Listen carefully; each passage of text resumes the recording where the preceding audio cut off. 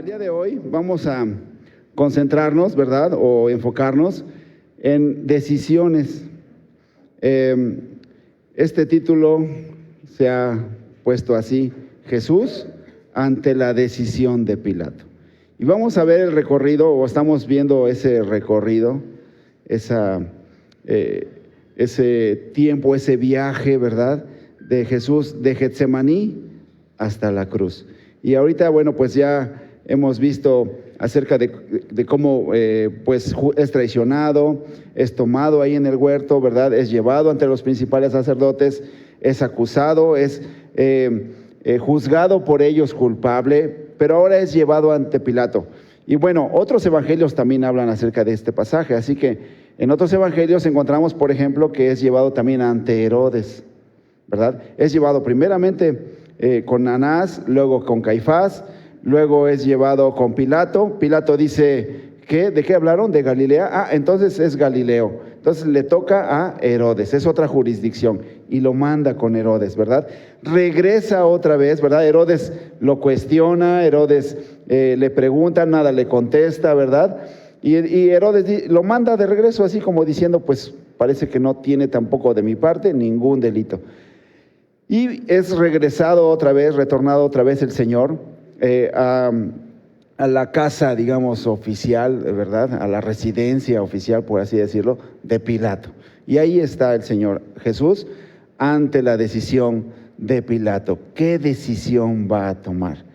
Para los principales sacerdotes y los fariseos, para ellos, para los religiosos, la decisión estaba tomada. Él era culpable y merecía la muerte, pero ellos no podían tomar esa decisión. Ellos no podían dar muerte porque pues por así decirlo, no sé si llamarlo concesión, privilegio, ¿verdad? Era solamente exclusivo para alguien, una autoridad romana. No podían ellos tomar la decisión de llevarlo a la muerte. Entonces necesitaban, ¿verdad?, el visto bueno de Pilato para poder ser llevado a la muerte. Entonces estamos ante eso, Jesús ante la decisión de Pilato, y el pasaje que vamos a estar viendo es Mateo 27 del 11 al 26, a partir del versículo 11 y hasta el 26. Muy bien, entonces algo un poco como introducción, ¿verdad? ¿Quién es Pilato, verdad? Y bueno, hay algunos datos históricos, ¿verdad? De escritores, ¿verdad? De historiadores que nos hablan acerca de la existencia de este hombre. Algunos, bueno, dice aquí Filón, el historiador, Tácito, el historiador, y Josefo, todos ellos escriben de él. Algo de él hablan. Él fue el gobernador de Israel por un periodo largo de tiempo, del 26 al 36 después de Cristo. Así que por lo menos 10 años estuvo él a cargo. Sabemos que él vivió a partir de descubrimientos arqueológicos. Hay algunos descubrimientos arqueológicos, como por ejemplo esta piedra, ¿verdad?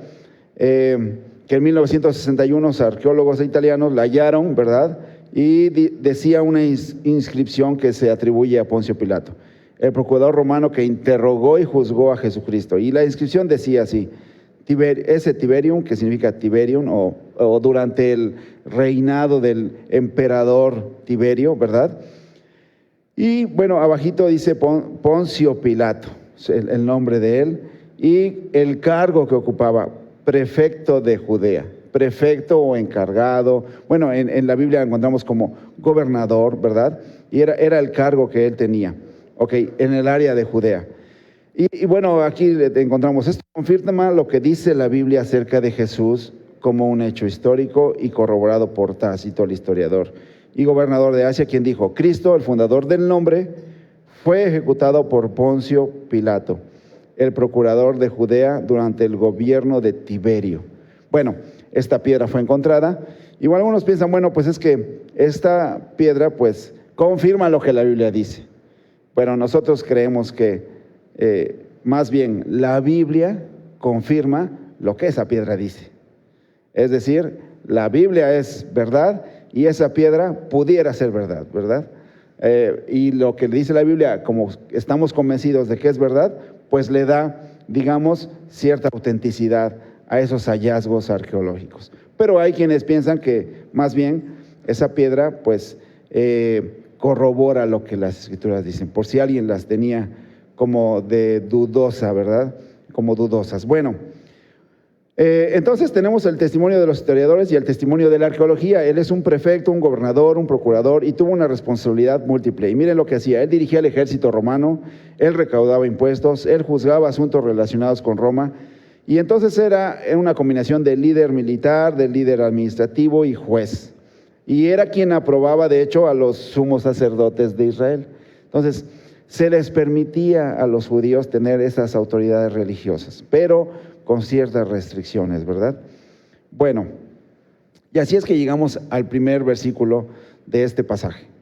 Jesús, pues, estaba en pie delante del gobernador, y le preguntó, y algo que yo quisiera que viéramos o que enfocáramos también es las preguntas, porque, bueno, las preguntas es una forma de conocer, es una forma también de nosotros conocernos, ¿verdad? Cuando nos hacen preguntas y decimos, ¿por qué me preguntó esto? O, ¿qué pregunta, no? No me lo había yo preguntado antes. Las preguntas, cuando leemos la carta a Romanos, también Pablo es una forma en la cual nos hace reflexionar, ¿verdad? Hace preguntas y entonces decimos, caray, a ver, ¿qué respuesta podemos dar a esta pregunta? Es profunda. Y hay preguntas en este pasaje. Y las preguntas son al Señor, a veces al Señor, o a veces el Señor hace preguntas también. O a veces los personajes hacen preguntas. En este caso, Pilato también hizo algunas preguntas. Y son interesantes, ¿verdad? Porque son preguntas que a lo mejor nosotros también debemos hacernos, que debemos contestar o que debemos reflexionar acerca de ellas. Y entonces dice así, Jesús estaba en pie delante del gobernador. Entonces vean la escena, es Jesús como un acusado, ¿verdad? Y bueno, en este caso gobernador, ¿verdad? Estaba como juez. Y bueno, el Señor Jesús habló de eso, ¿verdad? Habló de que era necesario. Mateo 16, 21 dice, es necesario que vaya a Jerusalén y padecer mucho de los sacerdotes, de los principales, ¿verdad? De las autoridades religiosas, incluso de los gentiles también, que sea entregado. Bueno, Lucas 9:22, es necesario que el Hijo del Hombre padezca mucho y sea desechado, ¿verdad? Y bueno, aquí la pregunta que le hace Pilato a Jesús es interesante. ¿Eres tú el rey de los judíos? Porque otros versículos nos hablan acerca de cómo fue presentado como acusación al Señor Jesucristo. Él se dice que es rey, ¿verdad? Es rey de los judíos. Y entonces, no como algo religioso, sino como algo que se contraponía, era una acusación que iba enfocada a que Pilato dijera, caray, aquí hay alguien que quiere competir con el rey, con César, ¿verdad? Y ese era el tipo de acusación que ellos pensaban que podría tener éxito para que sus planes fueran llevados a cabo y para que él fuera condenado a muerte por parte de Pilato. Entonces, rey de los judíos, una competencia de César. Y bueno, dice Juan, por ejemplo, en el Evangelio de Juan, les pregunta, ¿qué cargo tienen contra él? Porque Pilato, cuando lo traen a Jesús, le dice, ¿de qué se le acusa? Y ellos no contestan, sino que le dicen, ¿crees que si no fuera malhechor te lo hubiéramos traído? Como diciendo, ¿acaso desconfías de nosotros? ¿Acaso estás diciendo que nosotros podríamos ponerle una falsa acusación? ¿Podríamos inventar cargos? Vean cómo eran estos religiosos, ¿no? El cinismo que podían tener. Y podían hasta ofenderse de que se dudara de que ellos podrían tener buenos elementos para juzgar al Señor. Y solamente la pregunta de Pilato les ofendía. ¿Acaso crees? Dice Juan. Juan, cuando habla de este pasaje, él comenta esto. Si no fuera un malhechor, ¿no te lo traeríamos? Bueno, ¿quiénes eran ellos los que estaban juzgando? Era lo que hemos muchas veces mencionado, el Sanedrín, que era compuesto por 70 personas. Y 70 más uno, que era el sumo sacerdote. Estas personas, bueno, pues eran los que estaban juzgando al Señor como culpable y los que estaban llevándole a él, presentándolo ante Pilato. ¿Eres tú el rey de los judíos? Y es una pregunta que a lo mejor nosotros nos debemos hacer. ¿Quién es el Señor? ¿Eres tú? ¿Eres tú rey?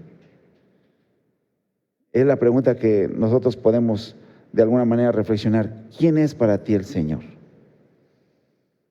Porque ahí Pilato pues le está preguntando directamente al Señor, y fíjense la respuesta que le dice: tú lo dices. Esa frase, tú lo dices, es como si dijera, así es, como tú lo has dicho. Como tú lo has dicho, eso es. Soy el rey de los judíos. Está, digamos, aceptando que él era el rey de los judíos. Bueno, veamos en esa escena, veamos que de lo que se le acusaba, y veamos las preguntas también que el procurador, que en este caso Pilato, está haciéndole al Señor.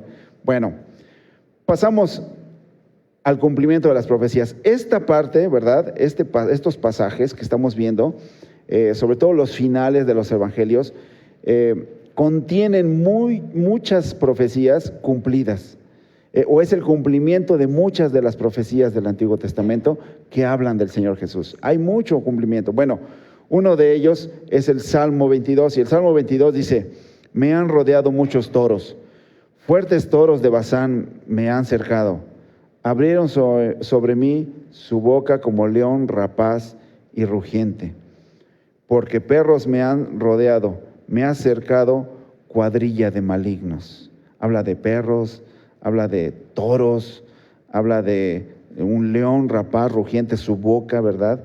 Vociferando, hablando contra él. Y dice: me han cercado. Y es el cumplimiento. El Salmo 22 habla mucho acerca del Señor, ¿verdad? De hecho, todavía algunas partes del Salmo 22 se han de cumplir después de estos pasajes que estamos viendo hoy.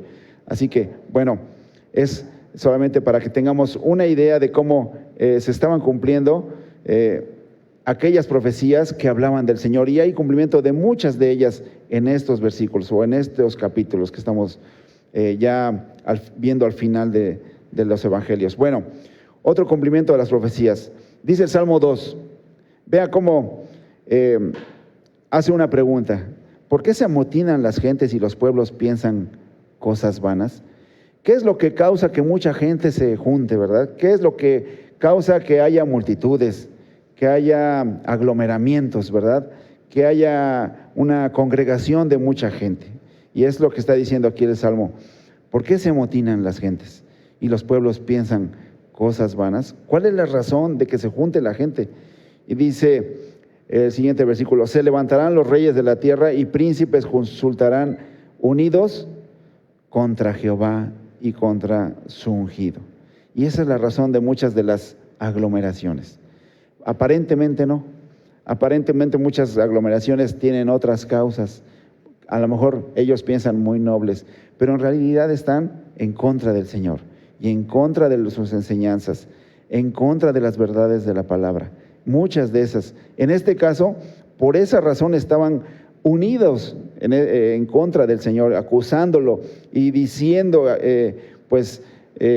acusaciones que eran falsas contra él, contra su ungido. Ahora, hay una pregunta: ¿es diferente hoy? ¿Será que es diferente? ¿Será que ahora ya no? Y miren lo que decían: rompamos sus ligaduras y echemos de nosotros sus cuerdas. Y bueno, el Señor, cuando habla acerca de ligaduras, de cuerdas, dice el Señor: mi yugo es fácil y ligera mi carga. Pero ellos no quieren esas ligaduras, no quieren esas cuerdas.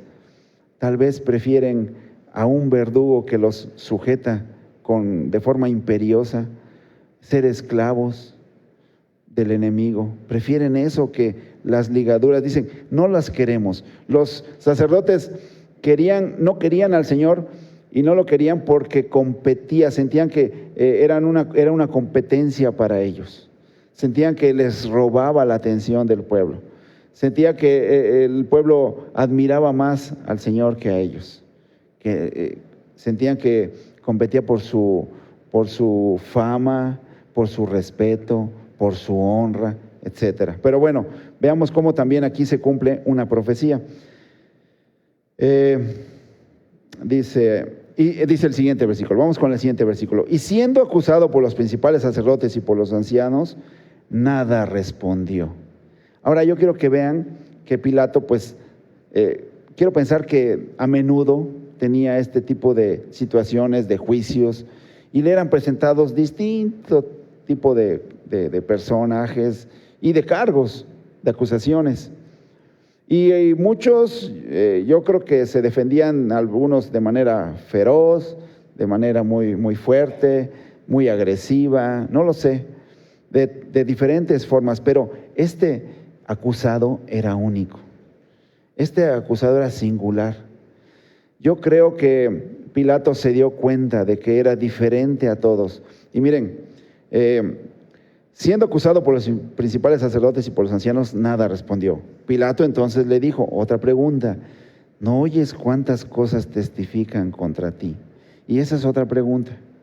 Esa es otra pregunta que podemos analizar y reflexionar en ella.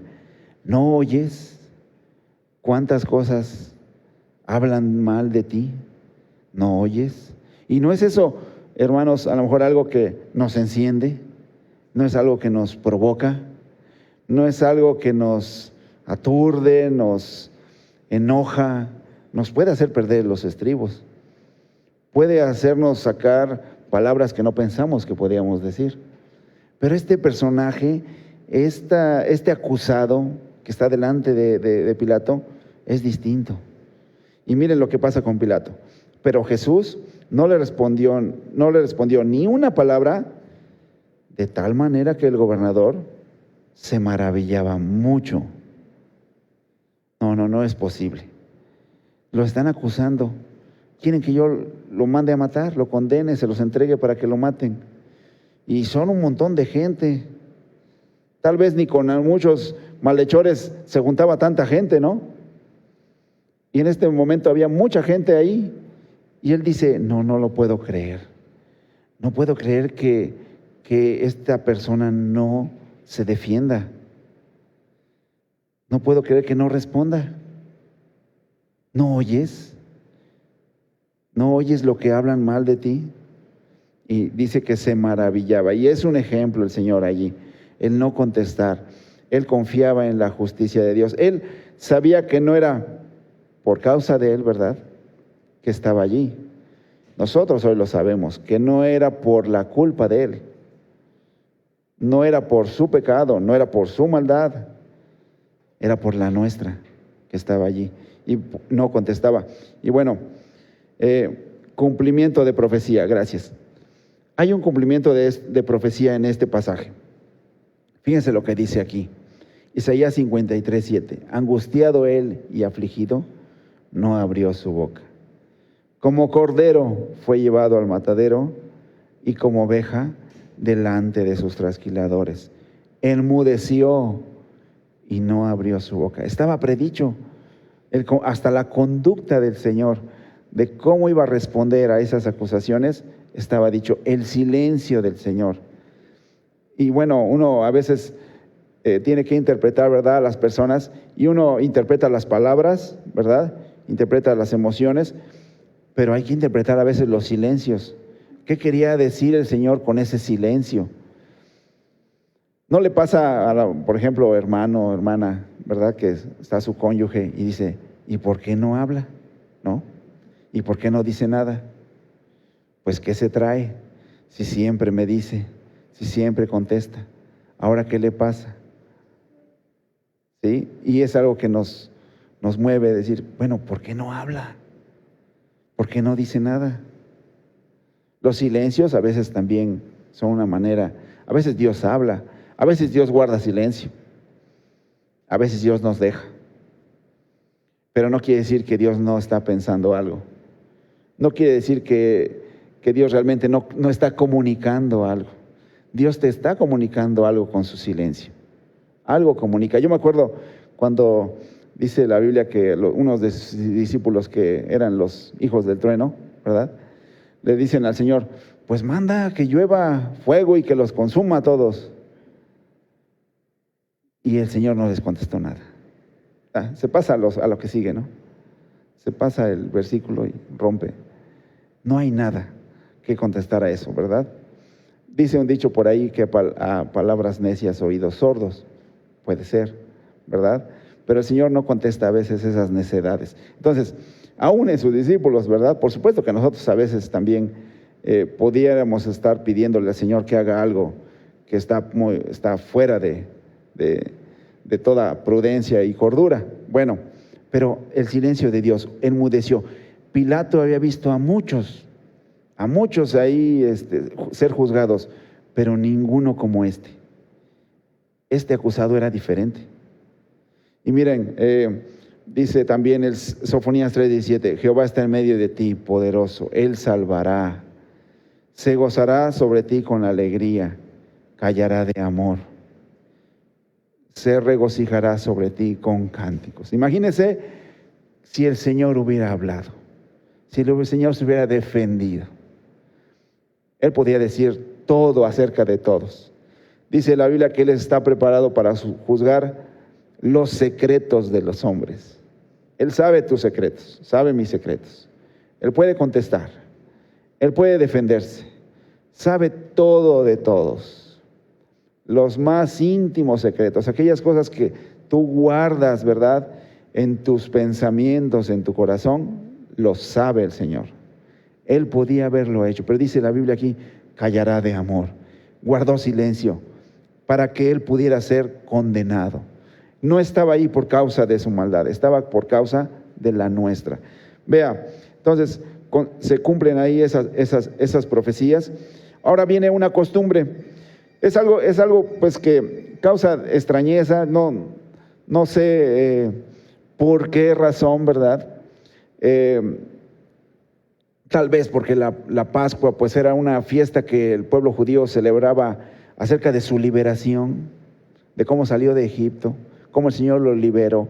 Pero de alguna manera se había creado una costumbre que uno dice, bueno, pues no sé por qué había esa costumbre, pero había una costumbre, dice el versículo 15, el día de la fiesta acostumbraba el gobernador soltar al pueblo un preso, el que quisieran, ¿no?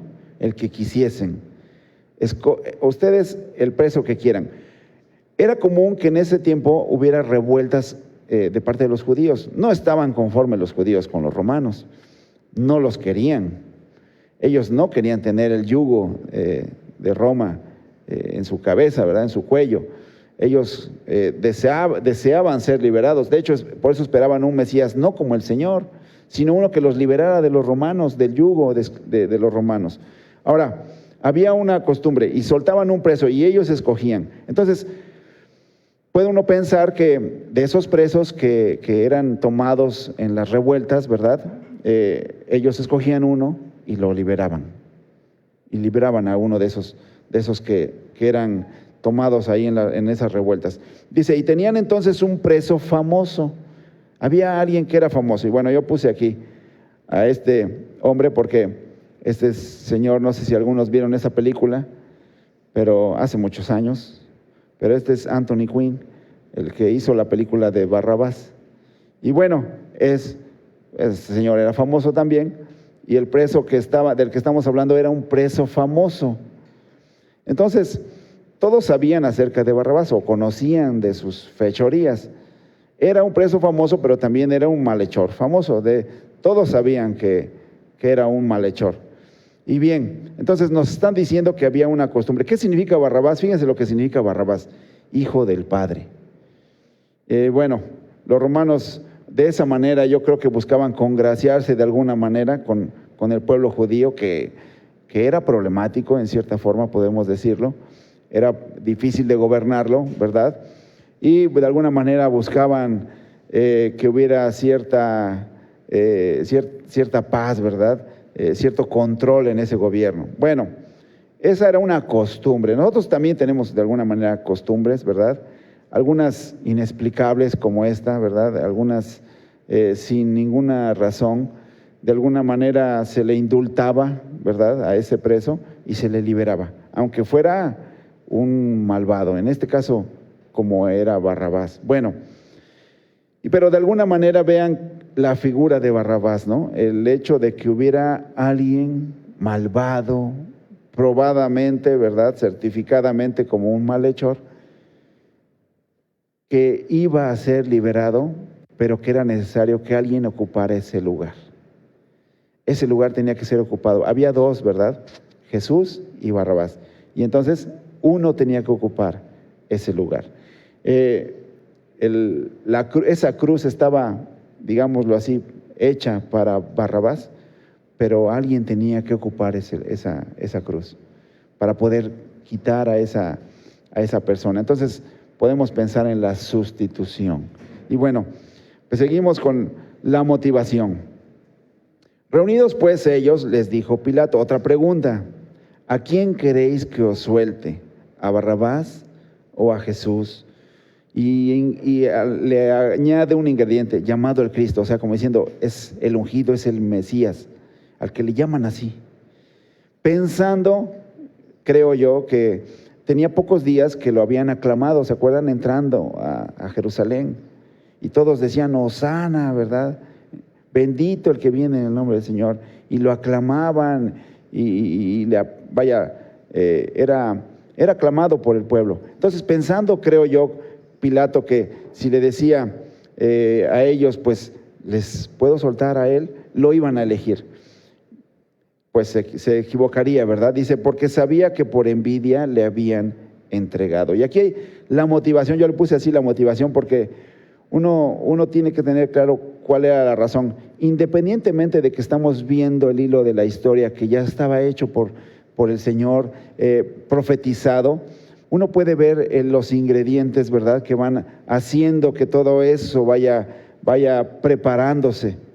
Y al ver los ingredientes, uno dice, ¿cuál era la motivación de estos hombres? La envidia. Y miren, ¿cómo es que Pilato se da cuenta que es por envidia? Esa es una buena pregunta. ¿Cómo Pilato se da cuenta que es por envidia? Y miren, la envidia es algo que a lo mejor nadie acepta, ¿verdad? Es algo que a lo mejor no aceptamos, le decimos, ¿tienes envidia? No. ¿Cómo crees? No. ¿Y por qué tu cara es como de envidia? ¿No? Tienes una cara de envidia que se nota a leguas. Y creo que Pilato lo notó. Pilato dice, sabía que por envidia le habían entregado. Se notaba la envidia. La envidia es algo que a lo mejor nosotros no lo podemos reconocer, ¿verdad? Porque nos parece, ¿cómo voy a aceptar que tengo envidia, verdad? ¿Cómo voy a reconocer que soy envidioso? No.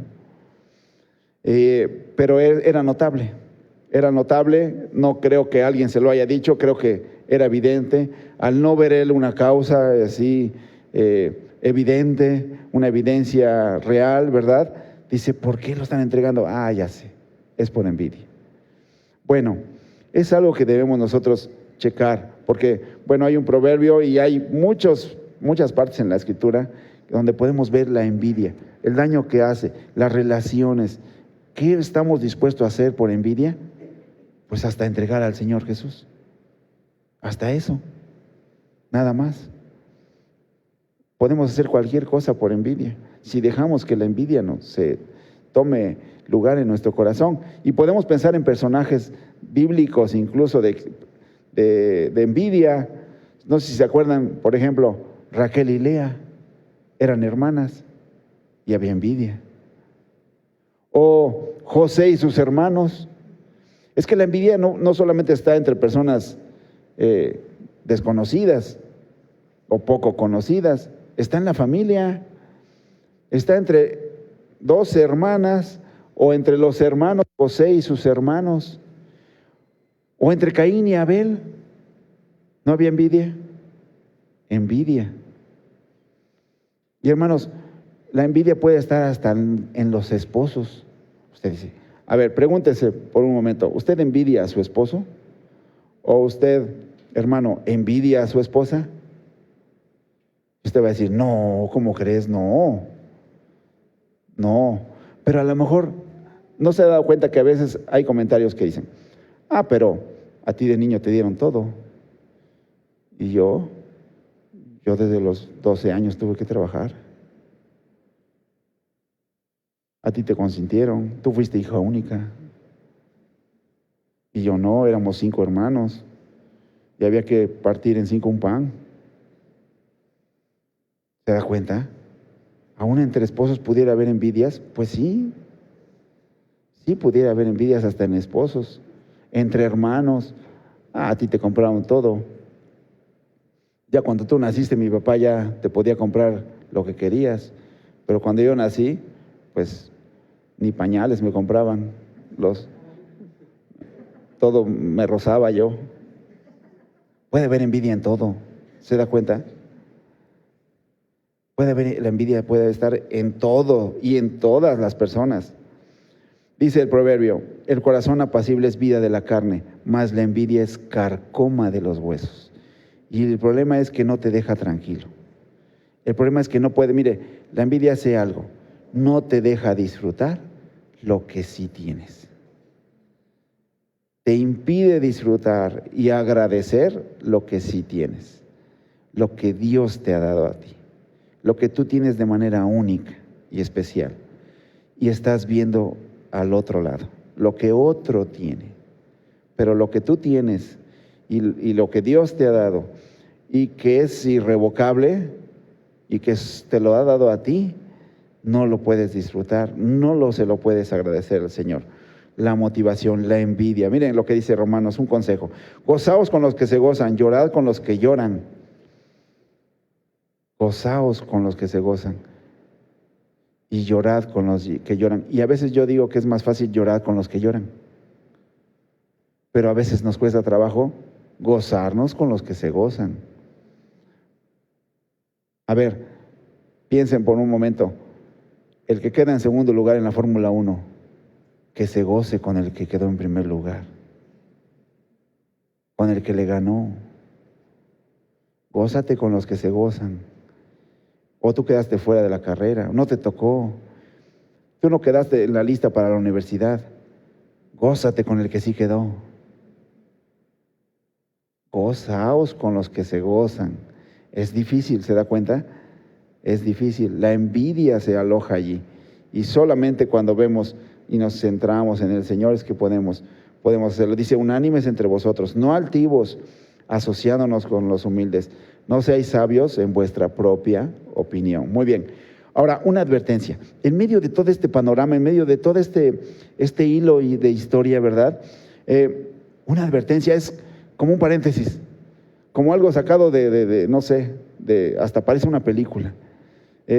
Y solo lo narra Mateo. Fíjense lo que dice. Y estando él sentado en el tribunal, o sea, él fue temprano, estamos hablando de que esto sucede 5 o 6 de la mañana, entonces probablemente fue algo que irrumpió, ¿verdad? Fue algo que lo despertó. Entonces, la mujer se queda allí en su casa, bueno, en una habitación de esa misma residencia, ¿verdad? Y le manda a decir, le llega un recadito por ahí, alguna nota, y le dice la mujer, su esposa, no tengas nada que ver con este justo, porque hoy he padecido mucho en sueños por causa de él. O sea, en la madrugada, sus sueños. Y vea, es interesante cuando ve uno los sueños, porque más allá de supersticiones, en la Biblia sí vemos mucho sueños. Dios habla a veces a muchos personajes a través de sueños. Incluso tenemos a hombres como Daniel, ¿verdad?, interpretando sueños. O a José también interpretando sueños de esos hombres, de planes que Dios tiene. Y bueno, de alguna manera, esta mujer tiene un sueño. Y podríamos pensar, los sueños son interesantes porque, a ver, ¿quién agarra en la noche y dice, bueno, después de cenar, podemos decir que se nos antoja cenar, no sé, se me antojan unos taquitos al pastor y te los comes. Y se me antoja, lo que quieras que se te antoje en la noche, ¿verdad? Cenar. Bueno, y ya te vas a dormir, pero antes de dormir dices, hoy se me antoja soñar, que estoy en la playa, que me estoy tomando una limonada, que tengo una palmera y que, pues no lo controlamos, ¿se dan cuenta? No controlamos los sueños. Los sueños no agarramos y decimos, ahora quiero soñar con esto, o no quiero soñar en aquello. Los sueños simplemente son algo que, por así decirlo, fluyen. Pero aún en eso, si estamos viendo cómo Dios controla toda la historia, ¿verdad?, todos los acontecimientos, bueno, piénselo así. Dios controla hasta los sueños. Aquello que son a lo mejor algunos pulsos eléctricos en nuestro cerebro, ¿verdad? No sé qué pasa exactamente allí. Tal vez ni los neurólogos lo sepan muy bien, ¿verdad? Pero Dios controla hasta esos detalles. Y esa mujer tuvo sueños y estaba padeciendo por esos sueños. ¿Quién no ha tenido pesadillas aquí de nosotros, no? ¿Y quién nos ha preguntado, qué querrá decir esa pesadilla? ¿Sabe algo que pasa a veces? Es que las olvidamos algunas de esos sueños. A mí me pasa que recuerdo solamente unos cuantos, no recuerdo muchos sueños.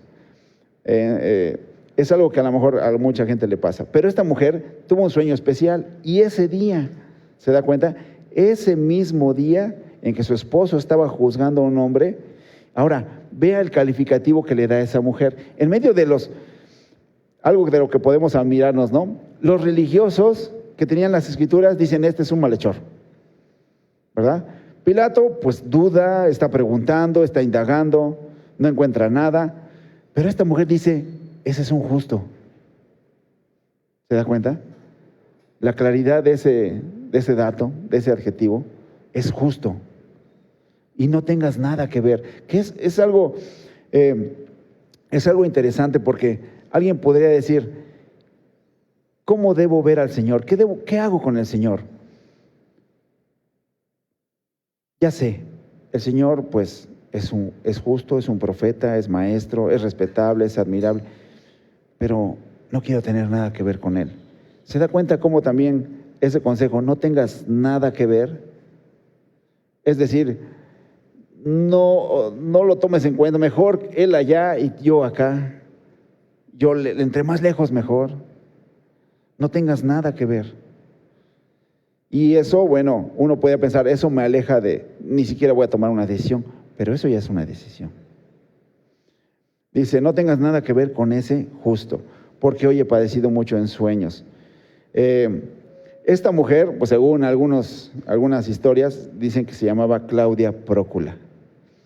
Y bueno, es que no se puede ser neutral, no se puede ignorar a Jesús. No podemos decir simplemente, pues no lo voy a tomar en cuenta. A Jesús. Tienes que tomar una decisión acerca de Jesús y es la más importante que vas a tomar en tu vida. ¿Qué decisión tomas acerca de Jesús? Hay quienes piensan que pueden ser neutrales. No se puede ser neutral. No se puede ser neutral y decir, yo ni para bien ni para mal. A veces en la guerra se puede ser neutral, pero en este caso no se puede ser neutral. No se puede ser, no hay espacio para los indecisos. Los que dicen, yo no tomo decisión, ya están tomando una decisión. Y su decisión es esa, no tomar decisión. ¿Se da cuenta? No haber tomado esa decisión es ya su decisión. Bueno, pasamos de la advertencia. Es una advertencia, dice, pero los principales sacerdotes, ellos seguían en lo mismo, ¿verdad? Esto es nada más como un paréntesis. Y dice, y los ancianos persuadieron a la multitud que pidiesen a Barrabás y que Jesús fuese muerto. Es increíble cómo de alguna manera tal ceguera tenían acerca de su pensamiento, ¿verdad? En su corazón. De tal manera que Hechos 13, ahí Pedro, hablándole a ellos también, unos días después, no muchos, dice, el Dios de Abraham, de Isaac y de Jacob, el Dios de nuestros padres ha glorificado a su Hijo Jesús. Sí, a quien ustedes entregaron y negaron delante de Pilato, cuando éste había resuelto ponerle en libertad. Esto había quedado claro para ellos, que Pilato había resuelto. Él decía, a ver de qué manera lo dejo, y su esposa, y no hallaba culpa, y lo veía y era diferente, y no se defendía, y decían, este es el Hijo de Dios. Dice Juan, es que también él dice que es el Hijo de Dios. Y dice ahí Juan narra, que cuando Pilato oyó eso, le dio más miedo. ¿Se da cuenta las emociones que había en Pilato? Y él era un hombre cruel, No estoy hablando de Pilato como un hombre muy bonachón, muy cuerdo, no, era un hombre cruel, despiadado, no le caían bien los judíos, había tenido problemas con ellos, él había sido acusado con el emperador por causa de ellos, es decir, había ahí tensión, había problema, había una revuelta y era represor, ¿verdad? Los mataba, etcétera, aplacaba así las revueltas. No estamos hablando de un hombre, digamos, bonachón, ¿verdad? O prudente, sabio no. Estamos hablando de un hombre así, como les digo, malo, cruel. Pero, fíjense, cuando vio esto, dice, él había resuelto ponerle en libertad. Yo no quiero que este hombre justo vaya a morir, ¿no? Y dice, y les está reclamando aquí Pedro, y les dice, cuando había resuelto ponerle en libertad, pero ustedes negaron al santo y al justo y pidieron que se les diera un homicida. Eso es lo que escogiste, les está diciendo, es lo que ustedes escogieron, a un homicida. Y bueno, yo pensaba, ¿quién es homicida? Por naturaleza, por definición, Satanás. A ese estaban escogiendo, ¿verdad? Pidieron un homicida, eso es lo que pides. No quieres que el Señor Jesucristo sea el Señor de tu vida. ¿Quién quieres que te gobierne? Satanás. Ese homicida. Quieres que sea tu dueño, tu amo, que te tenga como su esclavo. Pero te rebelas contra el Señor. Y dice, y mataron o matasteis al autor de la vida, al Señor, quien les dio la vida, a ese mataron, a quien Dios ha resucitado de los muertos, de lo cual nosotros somos testigos. Es como cuando, ¿se acuerdan de ese rey Belsasar, verdad? Le dice al Dios en cuya mano está tu vida, le dice Daniel, ¿verdad? A ese rey malo, Belsasar, le dice Daniel, a Dios en cuya mano está tu vida no quisiste honrar, sabiendo acerca de él, porque tu padre lo conoció y tú no quisiste honrarlo, aquel en cuya mano está tu vida. Así es en el caso del Señor, mataron al autor de la vida, aquel que les dio la vida, a él lo mandaron a la cruz, a él lo mataron, a quien Dios dice ahora lo ha resucitado, de lo cual nosotros somos testigos. Los judíos tuvieron gran responsabilidad, es lo que está diciendo, ellos tuvieron responsabilidad, la envidia los cegó, ¿verdad? Y evitó que ellos pudieran reconocer a Cristo como su Mesías, como el ungido.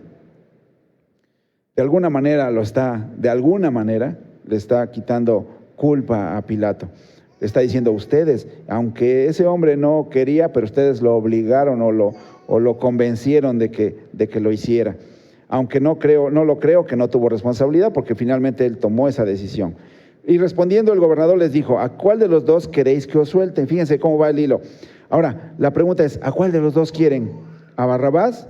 Y Pilato les dijo, entonces, ¿qué pues haré de Jesús llamado el Cristo? Y vea, esta pregunta es interesante, porque esa pregunta es para ti y para mí. A ver, ¿qué vas a hacer tú con Jesús llamado el Cristo?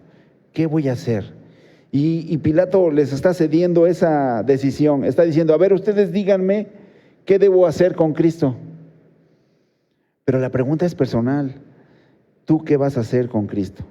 No es qué va a hacer con Cristo tu mamá, tu papá, tu hermano, tu familia, tu amigo, tu conocido.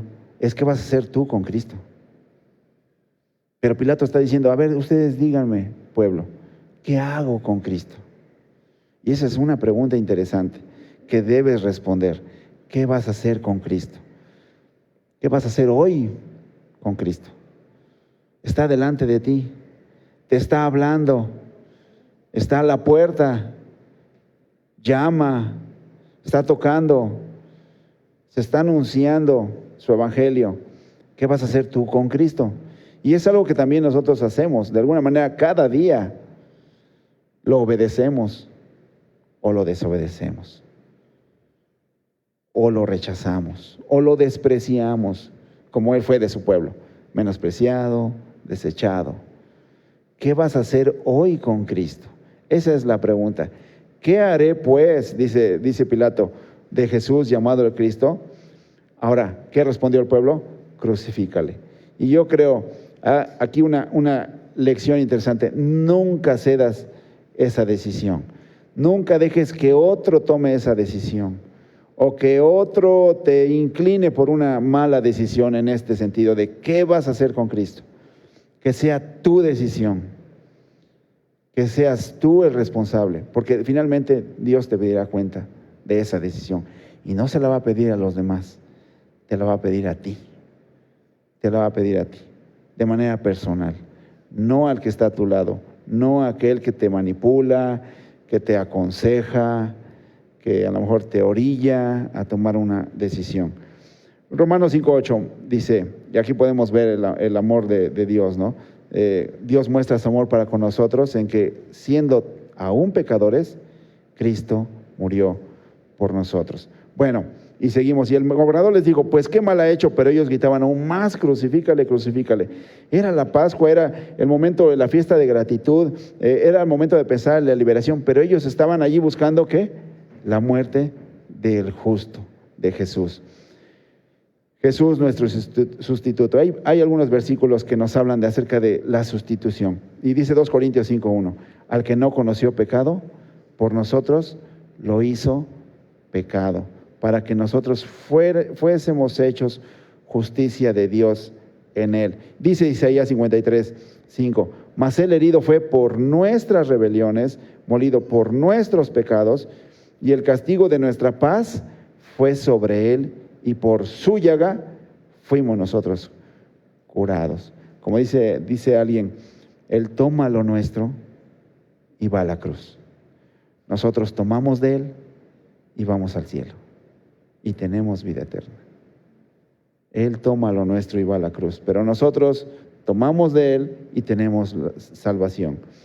El que no conoció pecado, estaba claro que él no estaba allí por su maldad, sino era por la nuestra. Había allí la carga de pecado sobre él, no era la suya, era la nuestra.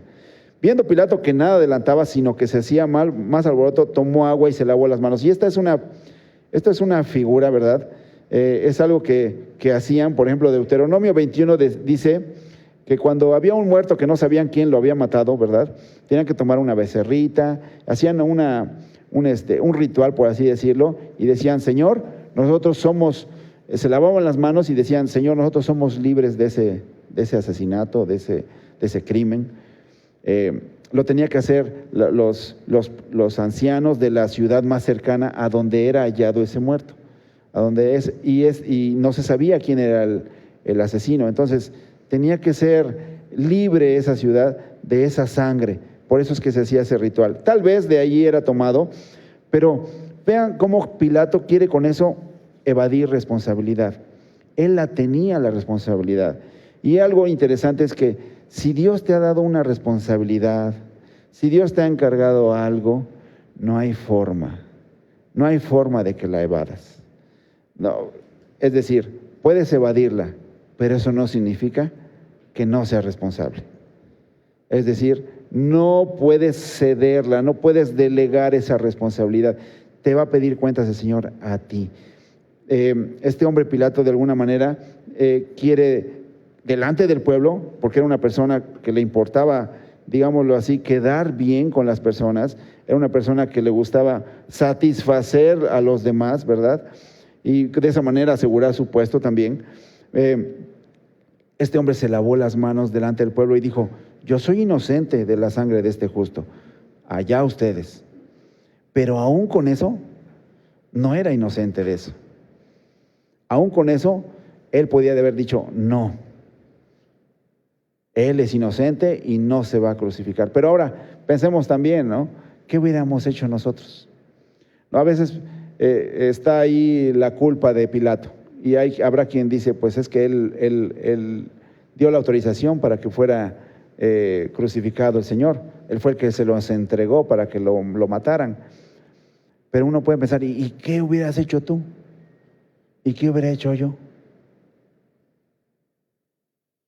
¿Qué hubiéramos hecho? Tal vez lo mismo. Tal vez lo hubiéramos visto primero por nosotros, por nuestra tranquilidad, nuestra paz, nuestra comodidad, etcétera. Quedar bien, etcétera. Diciendo, inocente soy yo de este mundo, allá ustedes. Y respondiendo todo el pueblo, dijo, su sangre sea sobre nosotros y sobre nuestros hijos. Ahora vea cómo la envidia, esa envidia, no solamente los llevó a ellos, ¿verdad?, a hacer esto con el Señor, a incriminar al Señor, sino que dejó todavía cuentas pendientes para que las pagaran sus hijos. Esa sangre, dice, que sea sobre nosotros. Si es un justo, pues que Dios nos lo reclame a nosotros y a nuestros hijos. Y uno puede pensar, bueno, no ha sido fácil la vida de los judíos, ¿verdad? Ha habido muchas muertes. Después en el año 70, ¿verdad?, fue aniquilada mucha gente, fue muerta mucha gente, muchos muertos, destruyeron el templo, etcétera. Y uno puede pensar hasta en el holocausto. Uno puede pensar hasta en eso. La sangre de Él, su sangre sea sobre nosotros y sobre nuestros hijos. Bueno, nada más una reseña, pero ya no nos da tiempo de leerla, pero es como eran leídos a veces en esos juicios. Esos juicios, aunque uno piensa que el Sanedrín era injusto en todos sus casos, la verdad es que no era así. La verdad es que tenían una metodología y una forma estricta de llevar a cabo sus juicios que garantizaba que se hiciera justicia en los mayores de los casos. Pero con Jesús lo hicieron diferente, porque eran movidos por envidia. Y se saltaron todos los pasos y todos los procedimientos, todo lo que tenían que hacer, todos los procedimientos que tenían que haber llevado a cabo, los tiempos, los saltaron, porque querían rápido, mátalo, rápido, vamos a llevarlo a la cruz. Entonces le soltó a Barrabás y habiendo azotado a Jesús, le entregó para ser crucificado. Y fíjense lo que dice Marcos 15:15, dice, Pilato, queriendo satisfacer al pueblo, les soltó a Barrabás. Ese podríamos decir es pues su epitafio, queriendo satisfacer al pueblo. Y ese fue su error. Y hermanos, nosotros muchas veces queremos satisfacer, queremos pues quedar bien con la esposa, con el hijo, con el amigo, con el novio, etcétera, ¿verdad? Familiar o no familiar. Pero ¿qué tal Dios? ¿Qué piensa Dios de eso? ¿Será que satisfacemos a una persona, pero a Dios no? Tomamos esa clase de decisiones. Veamos el ejemplo de Pilato y pues obtengamos la lección. Porque Pilato quiso satisfacer al pueblo, quiso mantener su puesto, pues quiso lavarse las manos. Y vean, ninguna de ellas, ¿no? Es una persona que evadía las responsabilidades. Es una persona que evadía las decisiones, que buscaba ser, digámoslo, neutral, por así decirlo, o tratar, eso es terrible a veces es terrible eso de tratar de que todas las partes queden bien y contentas, y no se puede tener a todos contentos, y a veces eso es lo que nos puede estar sucediendo, y le sucedió, y fue entregado para ser resucitado. Ahora, aplicaciones. Los que confían en sus bienes y de la muchedumbre de sus riquezas se jactan. Ninguno de ellos, vea el precio de nuestra salvación, ninguno de ellos podrá en manera alguna redimir al hermano, ni dar a Dios su rescate, porque la redención de su vida es de gran precio y no se logrará jamás. Solamente Cristo podía tomar nuestro lugar, nadie más. Y si algo también vemos en estos pasajes, es que Jesús fue declarado justo, que muchas veces dijo, 3 veces al menos Pilato, ningún mal hallo en él. Es decir, no había nada malo en él. Es decir, era ese cordero santo, sin mancha, que podía ser ofrecido por nuestros pecados, limpio. Eso también podemos sacar de allí. Ningún mal hallo en él, dijeron. Pero la redención, no porque sea gratuita, no quiere decir que no haya tenido un alto precio. No porque nosotros recibamos una salvación por la cual no hicimos nada, no quiere decir eso que no costó, sino dice aquí, porque la redención de su vida es de gran precio y no se logrará jamás. Es decir, tú mismo nunca te puedes redimir, tú mismo nunca te puedes salvar, Tú no puedes dar ni tu vida por alguien, ni tu vida por ti mismo. Solamente Cristo puede salvarte, solamente puede ser redimido por Él. 1 Pedro 2:21, pues para esto fuisteis llamados, porque también Cristo padeció por nosotros, dejándonos ejemplo para que sigamos sus pisadas. Ahora, en esto también tenemos que ver esta lección. Cristo dejó ejemplo, nosotros seguimos sus pisadas, y a lo mejor nosotros también vamos a ser de alguna manera llevados a esa clase de juicios o de tribunales, tal vez no así formales, pero somos juzgados. Pablo decía, yo muy poco tengo el ser juzgado por tribunal humano, y ni aún yo a mí mismo me juzgo, ¿verdad? Pero el que me juzga es el Señor. Entonces, siempre estamos delante del Señor y el Señor nos juzga. Entonces, pues podemos ver ese ejemplo de Cristo, el cual no hizo pecado ni se halló engaño en su boca, quien cuando le maldecía no respondía con maldición, cuando padecía no amenazaba, sino encomendaba la causa al que juzga justamente, y quien llevó él mismo nuestros pecados en su cuerpo sobre el madero, para que nosotros, estando muertos a los pecados, vivamos a la justicia, y por cuya herida fuisteis sanados. Las preguntas, bueno, aquí están las preguntas, ¿verdad? Las preguntas que hace Mateo, las preguntas que hace en Marcos, las preguntas en Lucas y las preguntas en Juan. Y vea, algunas, por ejemplo, en Juan dice, ¿qué has hecho? Le pregunta Pilato a Jesús, ¿qué has hecho? ¿Qué pregunta, no, al Señor? ¿Qué has hecho? Pues podría haberse pasado muchísimo tiempo en contestar qué ha hecho el Señor. Más bien podríamos decir, ¿qué no ha hecho? ¿Qué no ha hecho? Bueno, muchas preguntas y en cuales podemos reflexionar, pero ya no nos daría tiempo. Juan 12:47, al que oyere, esta es la decisión, al que oyere mis palabras y no las guarda, yo no le juzgo, dice el Señor, porque no he venido a juzgar al mundo, sino a salvar al mundo. Él no vino a juzgar, vino a salvar. Y dice, el que me rechaza y no recibe mis palabras, tiene quien le juzgue. ¿Y quién va a ser el que le juzgue? Dice, la palabra que he hablado. Lo que te va a juzgar es la palabra del Señor. Lo que el Señor Jesús dijo, eso te va a juzgar. Dice, ella le juzgará en el día postrero, porque supiste, porque oíste, porque no ignorabas, porque escuchaste. Eso te va a juzgar, porque no puedes decir, a mí nadie me dijo. Muy bien, conclusiones.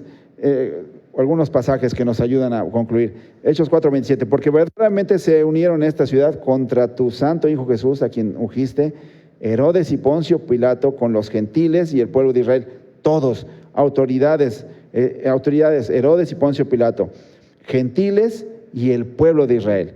Esto lo resume bien, todos se unieron contra él. Y dice, para hacer cuanto tu mano y tu consejo habían antes determinado que sucediera. Todo esto ya estaba determinado por Dios. Dice, tu mano y tu consejo ya lo había determinado antes que sucediera. Todo estaba predicho y planeado por Dios. 1 Timoteo 6:12, pelea la buena batalla de la fe, echa mano de la vida eterna.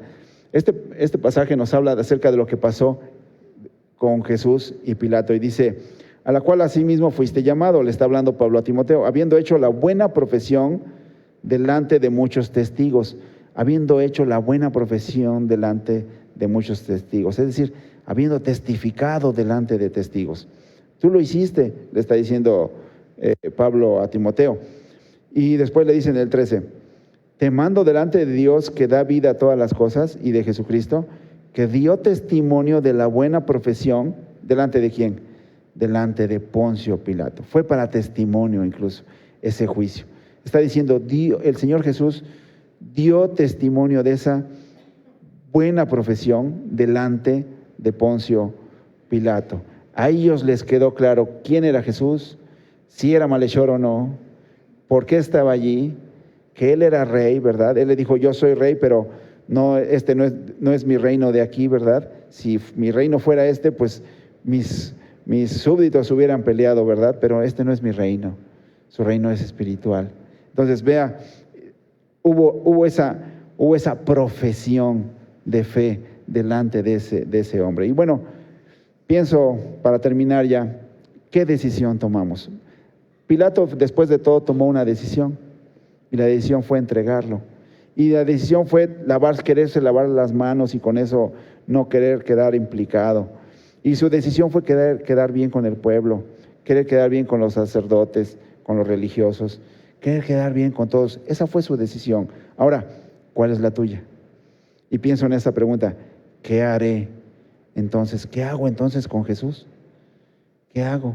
¿Qué decisión tomo? ¿Lo vas a recibir? ¿Vas a creer en Él? ¿Vas a confiar en Él?